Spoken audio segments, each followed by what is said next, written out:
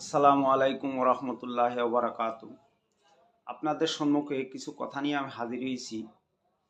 আমরা সমাজে সবাই বাস করি, ভালো মন্দ সব রকম নিয়ে আমাদের চলতে হয়, কিন্তু ভালোর ভাগ কম, অসৎ লোকের ভাগ বেশি। তাই বলবো যে অসৎ লোকের সঙ্গ ছাড়ো, ভালো মানুষের সাথে হাত মিলিয়ে ভালো কাজ করার চেষ্টা করো।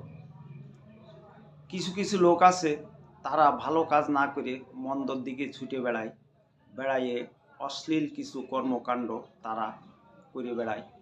তাই বলবো ভাই, আপনারা এই কাজগুলো না করে সব ভালোর পথে ফিরে আসেন।